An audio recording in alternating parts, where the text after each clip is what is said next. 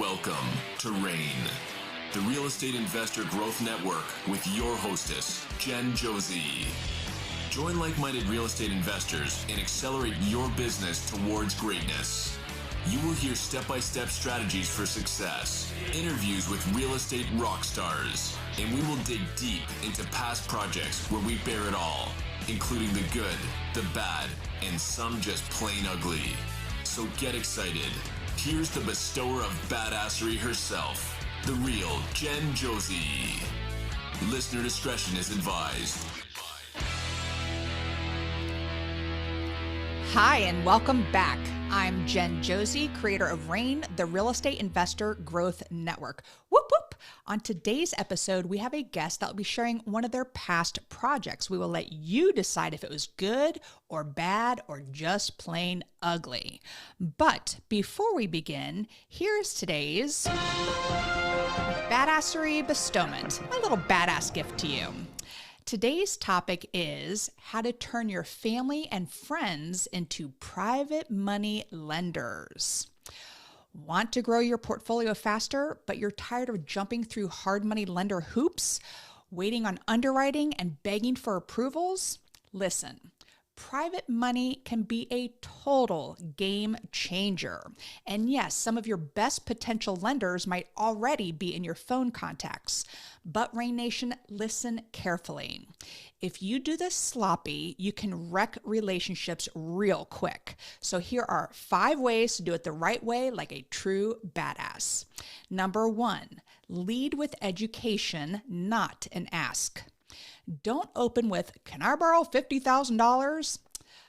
Start by explaining what private money lending is, how it works, and why real estate is the collateral. Confidence comes from clarity. Number 2, talk safety first. They don't care about your excitement. What they care about is the risk. Explain how their money is protected, what the property is worth, and what the exit plan is if things go sideways. Number 3, make the offer simple and specific. Spell it out. Interest rate, term length, payment schedule, and exactly what their money is funding. Vague equals scary, but clear equals trustworthy. Number 4, do it like a pro, paperwork and all. We're talking promissory note, deed of trust, and insurance. The paperwork should be handled by a title company or an attorney. If you want them to treat you like a real operator, you gotta act like one. And number 5, communicate like a CEO. Private lenders don't like surprises. Give consistent updates even when nothing's happening. And if there's a hiccup, you tell them early with a plan. That's how you build trust that lasts. So RAIN Nation, remember, your family and friends don't become private money lenders because you pitched them. They become private money lenders because you showed them a professional, protected, win-win opportunity. Do it with integrity, do it with structure, and keep your relationships intact while you keep stacking the badassery. Now on to today's episode of the Real Estate Investor Growth Network podcast. Today's guest is Chandra Adduri, a New Jersey-based tech professional who spent the last decade mastering the art of real estate investing. With a portfolio of 18 properties across New Jersey, North Carolina, South Carolina, Louisiana, Tennessee, Mississippi, and Florida, Chandra has built a robust multi-state footprint and brings real-world experience in long-distance landlording and scaling a portfolio the smart way. Always looking for the next frontier, Chandra is currently venturing into the short-term rental space to explore its growth potential, bringing his unique, data-driven perspective to every deal and decision. I recently met Chandra through the Rental Property Pro education program and knew instantly he is on the fast path to real estate success. It's my pleasure to have him on the show, so welcome, Chandra Adduri. How are you, sir? Hi, Jen. I'm so excited to be here. Thanks for inviting me. I'm doing great. I am thrilled to have you. And this is your first podcast. Ooh, It ooh. is mine. Yes, it Well, is. well, you picked a fun one because we are going to have a great time. I want to start though with a little background on you. So you are in the tech, what is it? Yes, I'm in What, the what do you tech do? space. Okay, and what do you do exactly? Yeah. I am in the engineering side, IT, so coding, developing, all that cool stuff. Nice. And how'd you Yeah. get involved in real estate? So real estate, so I am from India. In India, real estate is very big, right? So that's how the rags to riches stories are always from real estate. So the only thing we know right from the childhood is investing. So Nice. invest in lands. So back then, lands are the prime asset because as you can imagine, India with the population that it is, population grows, but the land does not, right? Right. So that is what we've been taught. So it is ingrained in a way. Wow. Well, good for your parents. And when did you come over here to the US? I came in 2002. Okay. Very nice. Are your parents here? No, no, Okay. So they visit us, but yeah, gotcha. I'm here. Yeah. Gotcha. All right. Excuse me. So, how did you find Rental Property Pro? I'm just curious. Did you already have rentals? Obviously, you've been doing it for 10 years, but how I did you find did. Rental Property Pro? I did. So the thing with real estate is, right, so there's always something new to learn. Yes. I've been investor before I joined the rental property pro, but I wanted to learn from others different dimensions and don't wanted to do costly mistakes. So I've tried to do things on my own and it worked sometimes, but when it doesn't, right, the time that it's wasted, you can't get it back. So I always believe in mentorship, and that's the reason I signed up. Wonderful. And I agree. I took an education program myself when I got involved with real estate, but I do want to give a shout out to Rental Property Pro and our friend John Blackburn. So if you are interested in joining a amazing education program, it's done so well. You have unlimited coaching calls, but check out the show notes and I'll put a link in there for you to check it out. So very affordable too for what they offer. I'm sure you've made your money back tenfold of what you've Yes. invested in the program. Yes, exactly. So you say it's important for education to start new things, and you are very familiar with long-term rentals, but we met and you wanted to start learning about short-term rentals. So that's the specific property we are discussing today. But before we get into that, tell me a little bit about some of your rentals. You have them in my home. You're up in New Jersey. You have some in Raleigh Yes. and Durham. And so tell me a little bit about Yeah. some of your rentals. So yeah, like you have covered in the beginning, right? I have in New Jersey, North Carolina, South Carolina, Louisiana, Tennessee, Mississippi, Florida, and there's one more state I can't, I forgot about it. Yeah, so these are the rentals I have. The thing with buying out of state is I am a very handy guy. This is a very silly reason. I'm pretty sure you've never heard this from anyone before. I am a very handy guy. So if I buy something here, for every small repair, I would get my handyman bag on and go there to fix myself. That is, I'm telling you, you would never hear this one from anybody else, right? So I wasted a lot of time on that. So what am I doing, right? So carrying on my handy bag, fixing everything on my own and all that's a recipe for disaster. You cannot scale at all. No. So one of the reasons I am protecting from myself is to invest out of state. And so affordability is also one thing, right? New Jersey, New York, needless to say, it's a very high price state, Right. and the dollar goes farther in other states. So yeah, I'll tell you one funny story. When I went to Atlanta to purchase a home, there is a 5 bedroom home, 3.5 bath, 3,000 plus square feet, and the price tag was 297. Hmm. I was like wiping the screen to see whether it's a 4 or 3 or 5 because it is unheard of for 297 for a 5 bedroom house. You can't even get a condo in New Jersey. So Right. that is the trigger moment. And I thought like I should go out of state. I love that you brought up the whole DIY stuff because it's so funny. I started as a house flipper, as you call it, and Mhm. I can't tell you how many of my girlfriends were like, I love the tile you laid there. I'm like, girl, do you see my nails? I don't do the work. So thank you for stating that. But there are so many people who think, I will just go, I can paint, I can do this. But I love how you said you're buying your time back, because that's more Yes. important, because now you can invest elsewhere instead of Yes. focusing on unclogging a toilet and all that boring That stuff. So that's correct. yeah, very, very important. All right. So today we are talking about your newest acquisition, which is a short-term rental. So tell me about the property, how many bedrooms, how many baths, where is it located, all that fun stuff. Sure, sure. The last purchase was a beach condo in Myrtle Beach, South Carolina. So this is a part of a resort beach condo, like I was saying. It was built in 1997. It's a three-bedroom, two-bath, great condo. So with a lot of water activities, pools, hot tubs, kid zone, lazy river, water slides, etc. It's a great place. Yeah. So Did it anything need, else you want me to add to that? well, did it need a lot of work or anything when you found it? It did not. So there was not a lot of work, a fix here and there, but it was completely renovated as a part of the resort upgrade program. So all the houses inside the resort got a huge facelift. So as a part of that, Nice. this was updated. Yeah, other than the furniture, I didn't have to do anything on the property. Very good. Yeah, we talked about the furniture. I remember that. But a lot of people say you don't want to get short-term rentals where there's an HOA. And you and I kind of discussed this. I too have a beach condo in an association, and I actually really like it. So what are the benefits of having a short-term rental in a community where there's, like you said, there's a lazy river there, there's all this really cool stuff. So what's the benefit of that? So short-term rentals are the way the market is, right? You have to stand out with the amenities. Yes. So and if you go on your own, trying to provide everything on your own, it's gonna cost a fortune.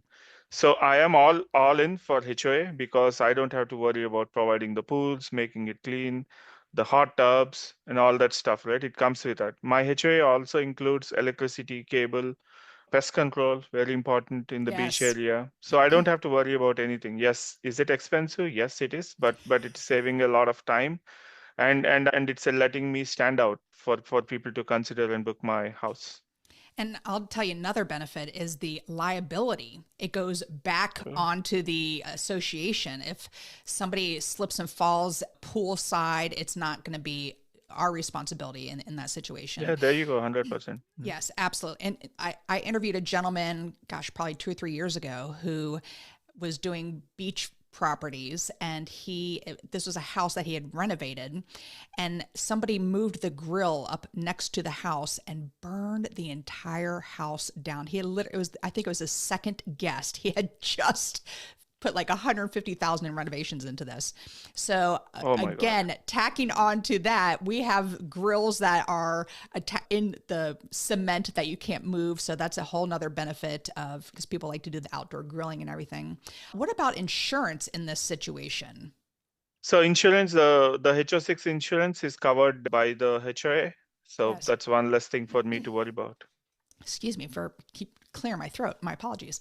Yes. What is the HOA on your property? My HOA is Okay. $1,600 for a three-bedroom, 1610 something. Yeah. I am paying the same. And people like to 1600, but we were just talking before we hit record. How many bookings do you already have in the summer? So I mean, touch wood, right? So my June and July are pretty much booked. And So what does it go excited. per night? So I use dynamic pricing tools, price labs, beyond pricing, those kind of things. And thanks to somebody who advised me that. No prizes for guessing.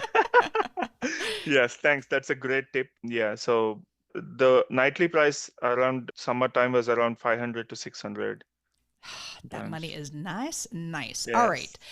So we kind of jumped the gun here because I'm so excited about this property, and it is hard though to kind of stand out when you are in a huge building. So is there anything you did in particular to your unit to make yours better than the Yes. others? What'd you Yes. do? Yes. 100%. Like you said, right? This is a resort. They are offering the same rooms. If I do the same thing, then they're not going to book with me, right? So for the first thing that I changed, the first thing that I did even before buying is to set up a call with Jen. She is the pro. No, no, 100%. So you deserve all the credit there. Oh, So hush. the small tips and all that stuff, right? I would not have known. Not have known, and I would have learned it the hard way. But by then, it may be too late because one negative review is going to bite you in the back. Yes. And two or three, there's no coming back. Right, exactly. Very, very So well said. All right, yes. let's go back to basics here. How did you Mhm. find this property? So I was looking at all, like you saw of my portfolio, right? I look across the country. Okay, so I'm looking at beach places. Was looking at Gatlinburg, everywhere. So this one, the realtor was very fast to respond. I went there, took a look, and then I bought it. So it was not one place. It just happened to be that way. Wow, very easy. And how did you finance this property? So this was a conventional financing. The type of financing is called condotel. So this type of loan is called a condotel loan. It's much different than the conventional financing. There's a lot of S- paperwork, a lot of Wait, say it one more time. A condo loan? What is it? condotel, like a condo plus hotel. Oh, condotel. Gotcha. Condotel. Oh, Yeah, okay. yeah. I've never even heard of this. You're teaching me now. What is it? Yes. So condotel is the condos in a hotel, right? So it has to go through a different set of Ah, underwriting. So there needs extra documentation, assessments, and all that stuff. And there are specialized mortgage providers just for condotels. interesting. Wow. See, you are teaching me. I like that. When you bought, well, what was the purchase price when you bought this property? So this was listed at 419,000, Okay. and we negotiated and got it for 397. Very nice. And what is your monthly mortgage payment on it? So monthly mortgage payment is around 2,500, and with the 1,600 something HOA, the total PT with HOA is around 4,200. Okay. And what are the averages that you see right now in June, for example? What are you going to be making in June? So June, I will cross the $10,000 mark per this one, June and July. So the other, yeah, so I'm hoping August will be as good, so it can cover the slow months. Yeah, slow months. We were also talking about that. So I've only Yes. had one in January, and then we're getting ready to do some renovations on our condo. And then, but I'm getting some bookings. I have one just for the 4th of July weekend. I think it's like $2,200 just for that weekend. So Yeah. it is sweet money. So we're kind of jumping through here. I normally have this very structured if it's a fix and flip and things like that, but I'm just so excited about this property. So you just had to replace some of the furniture. What are some tips and tricks about putting furniture in that is different than if just your regular home? What did you have to do differently for a short-term rental? So for a short-term rental, like I was saying, the resort, all of them had the same color, same theme, and all that stuff. The first thing I did is like got some colorful furniture from Amazon, Wayfair, etc. So that itself made a huge difference. And one thing that I did not think about, but that you helped me is the white linen and all that stuff, right? I've got good reviews on that too. It's hard to maintain, but it's standing out. If you put any now if you look at Airbnbs with any other color, right? I don't even want to book that. So there is class in the white linen. The small tip, but it made a huge difference for me. Yeah. Absolutely. And one thing that I look for when I'm buying short term rentals is to have a closet that I can lock to put supplies away. I don't do the Keurig cups and things like that because you put out 20, they're going to be all gone. So I do actually don't even use a carafe. I use the push your mug in type coffee maker. And so, but if you put everything out, they're going to take everything. So that's one thing, another nugget for the listeners out there for what they were doing. So, let's break down some numbers here. This is still very new, but by the way, when did you close? I closed in December, early December? December, late November, early December, late November actually, late November. Yeah, because you have 5-star reviews already. I was checking it out, and I yeah, did, already yes. doing a great job on that.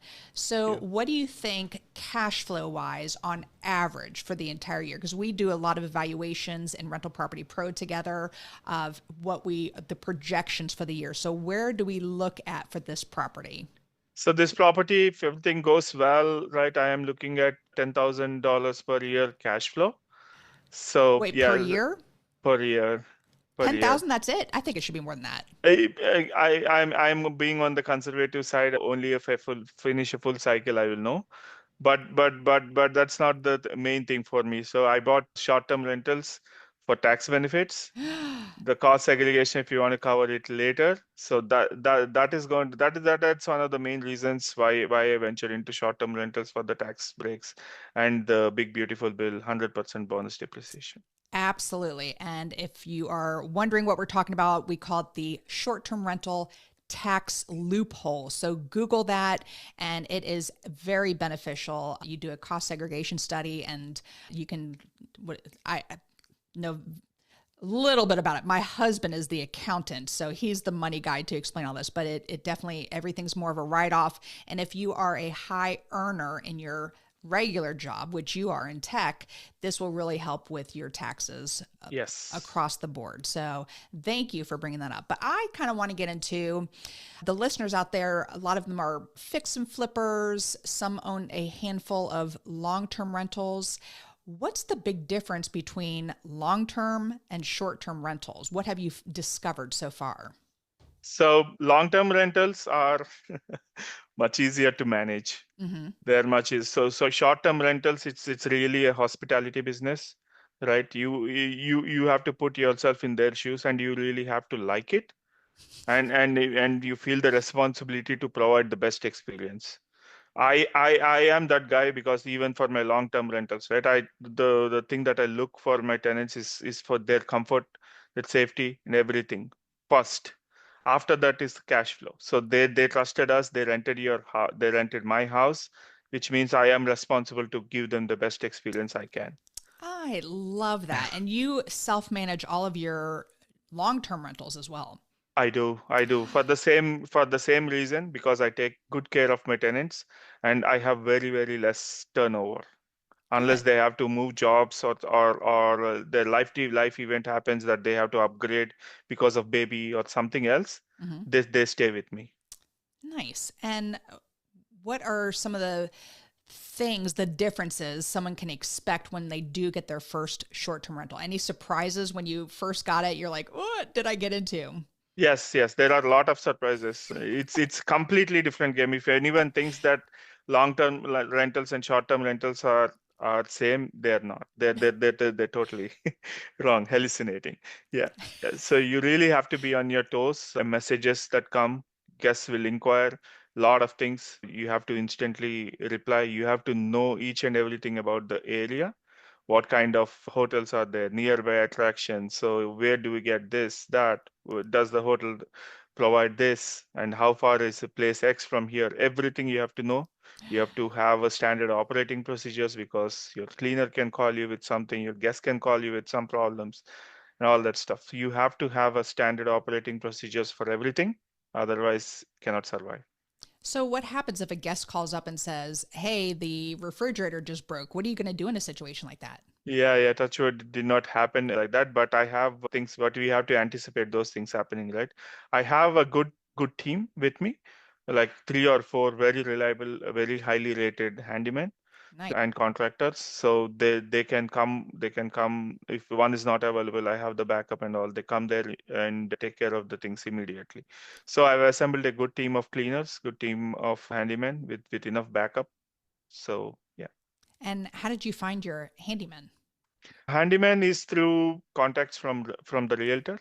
Nice. The realtor gave some contacts, and then there are Facebook groups. So often that's the secret sauce, right? So you can Yes. find a lot of good information, good people in the Facebook groups. And for cleaners, I used Turner, and that's how I found the cleaners. Now, with Turno, do you find that, I mean, do you get different people every time or do you get assigned the same person? I got to send the same person. I like that person, so yeah.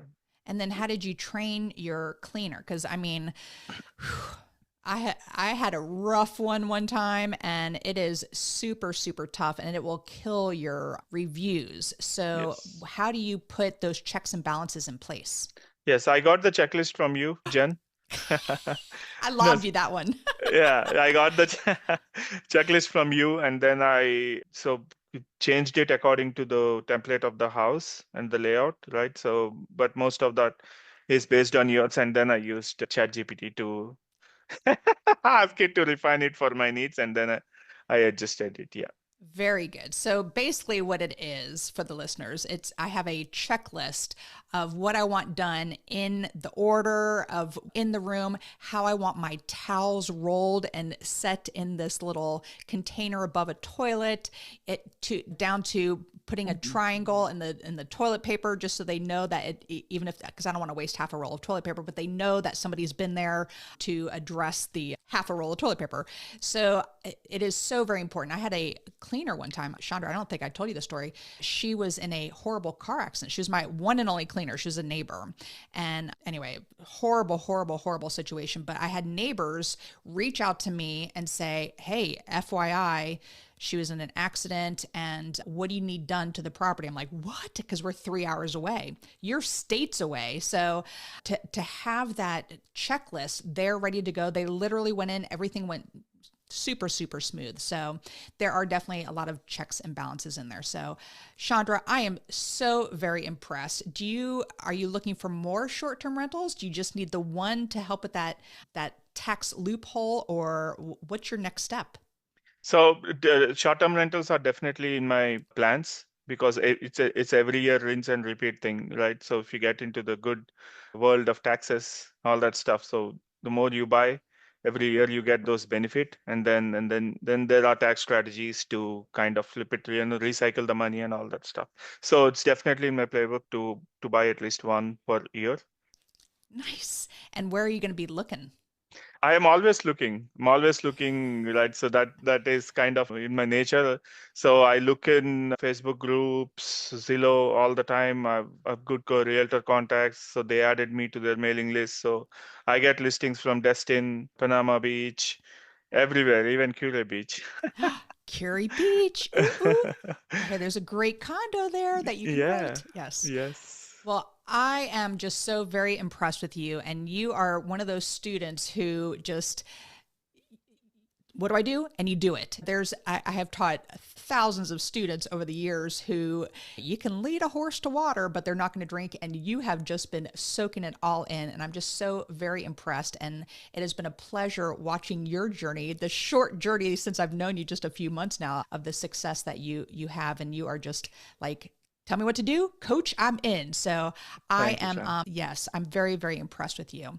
I'm always looking as well. So for me, I'm looking for places where I want to visit. Is that kind of your same mindset, or do you just want to go where the money is? So I'm the most boring guy in the world. Ask my wife, okay, she'll tell you. But they like to travel.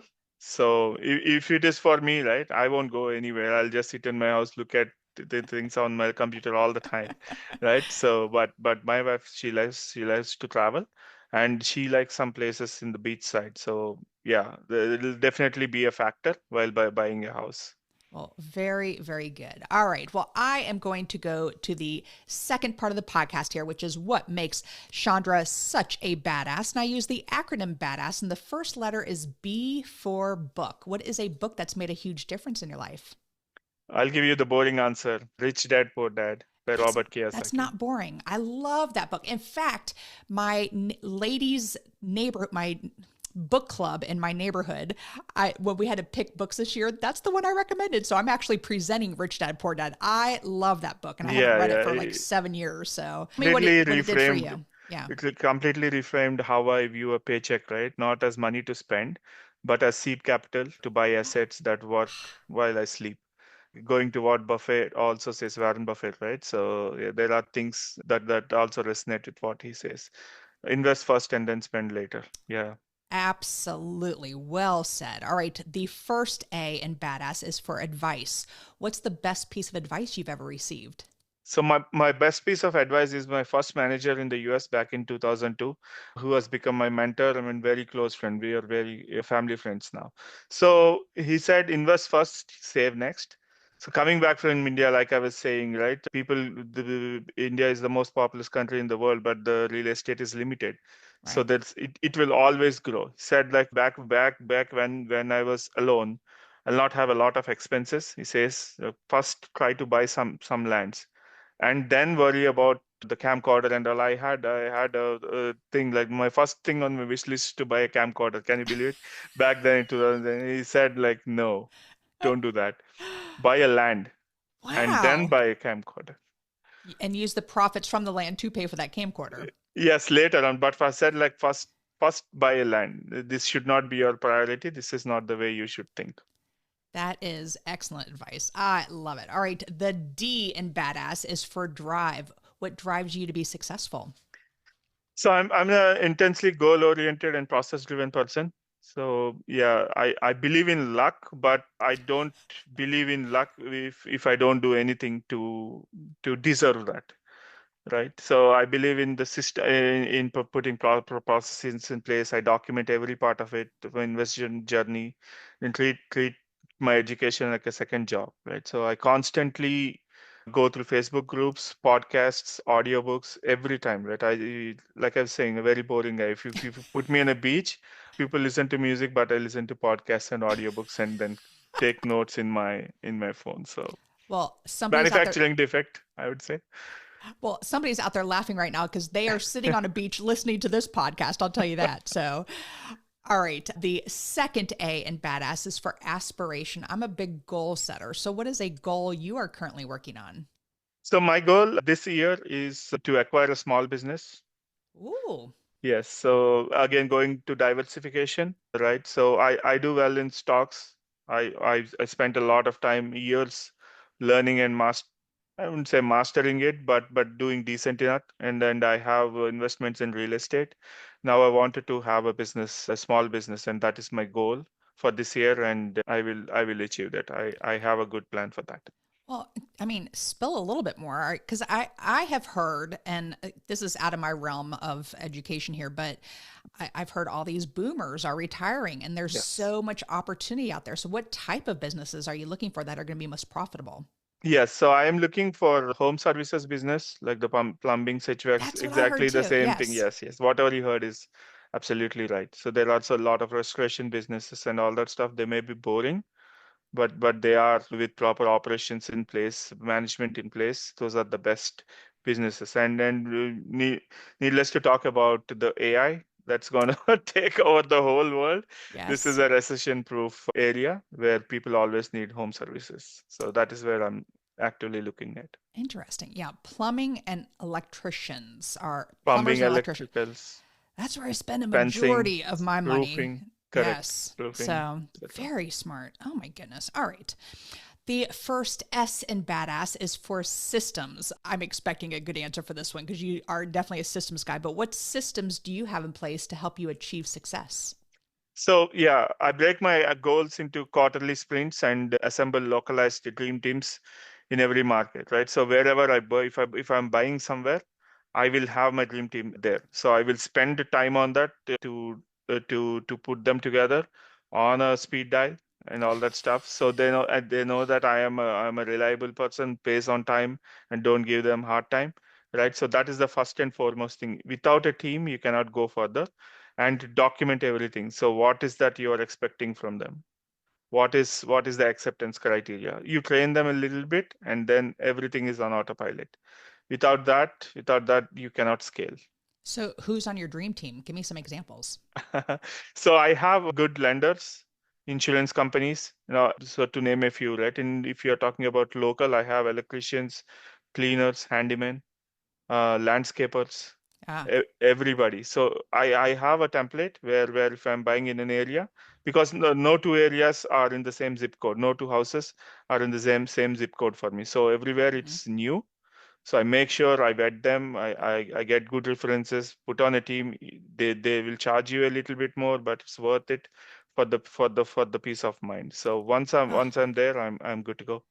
so well said. And I like that you said you have them on speed dial so that they know you. I just think that's so very important. And I learned this lesson the hard way, Chandra, because I had a 12 unit in Southern Virginia and our property management company. I didn't have John Blackburn coaching me on this at the time. And I thought, oh, I just hand them the property and they take care of it. And I'm not supposed to worry about it. And so that was mostly my fault for not being the squeaky wheel. But that is a huge lesson I have learned is to keep them on speed dial, exactly like you said. And maybe you spend a little bit more, but that quality gives you that peace of mind. And thank you for mentioning that. That is so very important. Well, We are wrapping it up here, and the final S in badass is for success. What does success mean to Chandra Adduri? Did I say it right? Adduri. Yes, you said it right. Totally. Success to me is the ability to buy back time. I respect time the most. So I am a cancer survivor. So I feel, Really? yes, I am. I feel I am on borrowed time. So I don't like to waste time at all. So every hour I wanted to account for in some way or the other, right? So I just can't stay idle. That's me. Respect time the most. To me, being successful means constantly being busy with the things that I love the most, right? So I don't have to worry about if I don't do this, I can't earn my paycheck. I should not be in a position. So that is what success means. Wow, I had no idea. And that just explains a lot, because you are one of those people who are like, put me in the game, coach. You're like, what do I do? And you go with it. And that just shows me how, success is going to come huge to you. So, Chandra, this was such a fun interview. Short and sweet, but I think you gave some great nuggets. You gave some great insight for those listeners out there who are considering getting into that short-term rental spot, and also explain that tax loophole, which is huge. So definitely research that if you are in that type of position where you could get some help with those taxes. But I thank you so very much for being here today, Chandra. Thank you so much. Thank you so much for inviting me and giving me the chance. Absolutely. And that is all. Thank you for listening, and we'll catch you on the next episode. Now go out there and share your badassery. And don't forget, make it a great day. Take care. Bye-bye. Whoop, whoop. Thank you for listening to RAIN, the Real Estate Investor Growth Network. Be sure to subscribe on your favorite podcasting platform so you never miss an episode. If you need more badassery, you can follow Jen Josey by visiting therealjenjosey.com or become a member of RAIN by registering on rainmastermind.com.